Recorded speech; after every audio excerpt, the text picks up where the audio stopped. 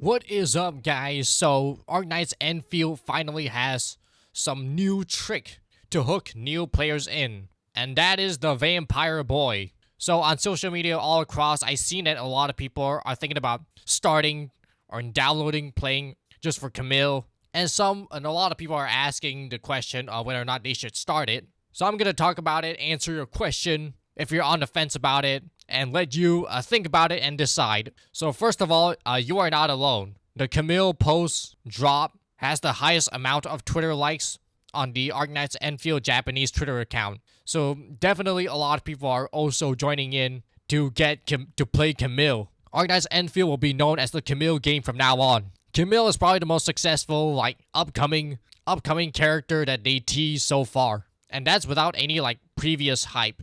Camille has not appeared in Arknights Endfield so far in this current patch, compared to characters like Ardashir. And at the same time, if you zoom out in the gacha game sphere, you can see that a lot of other gacha games are all also releasing male characters at the same time, with the exception of maybe Wuthering Waves. But you can see Genshin Impact is dropping Lohan soon, which is also super omega popular. Honkai Star Rail dropping Blade SP soon. I forgot the name, but it's basically Blade in red clothes, which is super popular. Again, Honkai Star Rail has been killing it with Silver Road of Evanesia. It's just non-stop combo. Free-to-plays are cooked in that game. Zenless Zone Zero just dropped S-Rank Billy, although some people say that his revenue is not going crazy, potentially because the demographics audience has already been skewed. People who would have want Billy already quit the game. S-Rank Billy is still out, still very popular. They say they drop him at the second half of a dry patch, which may have worked against him, but I think he's still popular, still going good. Although I was also very initially excited for S-Rank Billy, I feel like he just kind of got overshadowed by other games, like Blade and Lohan. And as for the newer games, Enfield got Camille and NTE got Chaos. To me, I really like Camille. I think his design is way more unique and cool. And Chaos being the first limited male character for the good thing is that NTE has dropped a limited male character as his fourth banner, which is quite early. The downside is that I'm not a super big fan of Chaos design. I think he looks okay. A lot of people say he kind of looks like an NPC, and I don't disagree. I think Chaos kind of looks like one of those illegal riders, those illegal gang NPC in NTE. Though at least NTE still has another pretty cool male character coming out soon. I think his name's EXE or something, but that's going to be a while. So what I like is probably Lohan, Blade, and Camille. But we're going to be focusing on Camille for now. So I feel like Camille, with his popularity, could encourage the Enfield devs to drop more male characters just like him. Hopefully Ardashir too. But let's be realistic, and we already know that Arknights Hyperglyph or whatever the company name I almost forgot, they're probably still dropping a lot more females compared to male. I think the ratio was 7-1 or something. So far we have 3, 4, 5, 6. We have 7 female limited banners before the first male banner. But with Arknights, you can take their original Arknights game as an example of reference. They have a reputation of dropping quality male characters over just, quantity filler male characters. I think that philosophy is kind of similar to Wuthering Waves.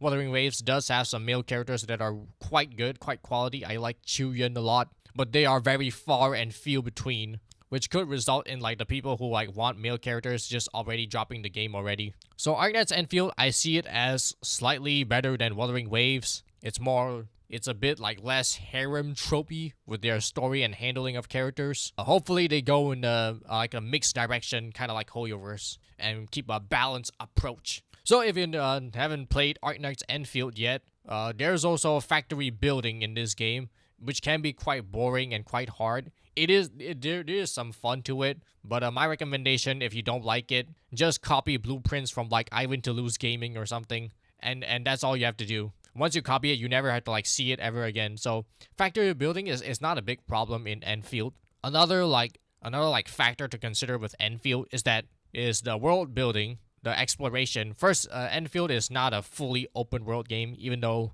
they do say they are an open world game, just not to the same level as Genshin Impact. it's more akin to like Wuthering Waves or Honkai Star Rail level open world. There's like one region and then it's like somewhat connected to like all the sub region, but for like another region, it'll be like going to like another planet. They do have like a spaceship, so it's kind of like Honkai Star Rail. It's like going to different planets and stuff. Another potential factors to consider is like the fan service. Now, I would say the fan service is more mild and only reserved for like a few selected characters, like Yvonne or Last Right. They say you can see like Yvonne's like character intro animation from the character select screen as an example to see whether you're okay with it or not.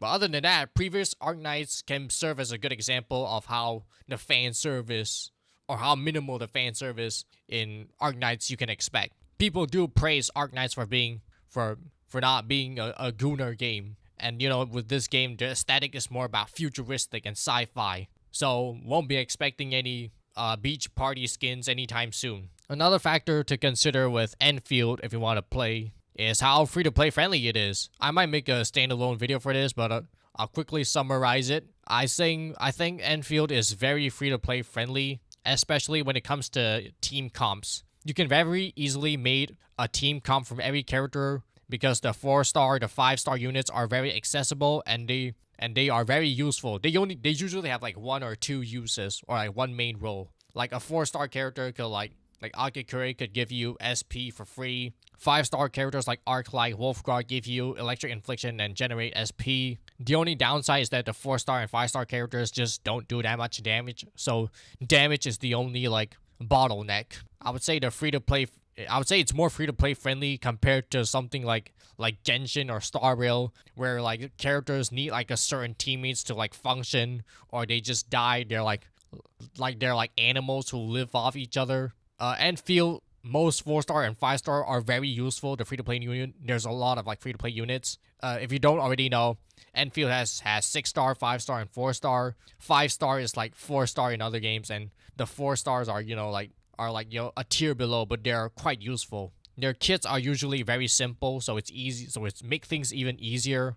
Weapon banner in Enfield works a bit goofy, works a bit weird, but it's still very free-to-play friendly most of the time. And dupes, Constellation, Eidolons don't really matter that much in Enfield, so that's another upside to its free-to-play friendliness, is that you don't need to roll for any dupes. The gacha system is also a bit complicated. I made like a billion videos on it already, but overall, it is free-to-play friendly. The only problem is that you want to have 120 guaranteed pulls before you start rolling. So back to Camille. So let's say you're playing this game just for Camille. Maybe you can just, after you get Camille, you can just dip and, stop playing the game that much. I think that works fine too. Because right now, we don't have much more like male characters that are coming out soon, other than maybe Ardashir, which still no signs of him being playable soon.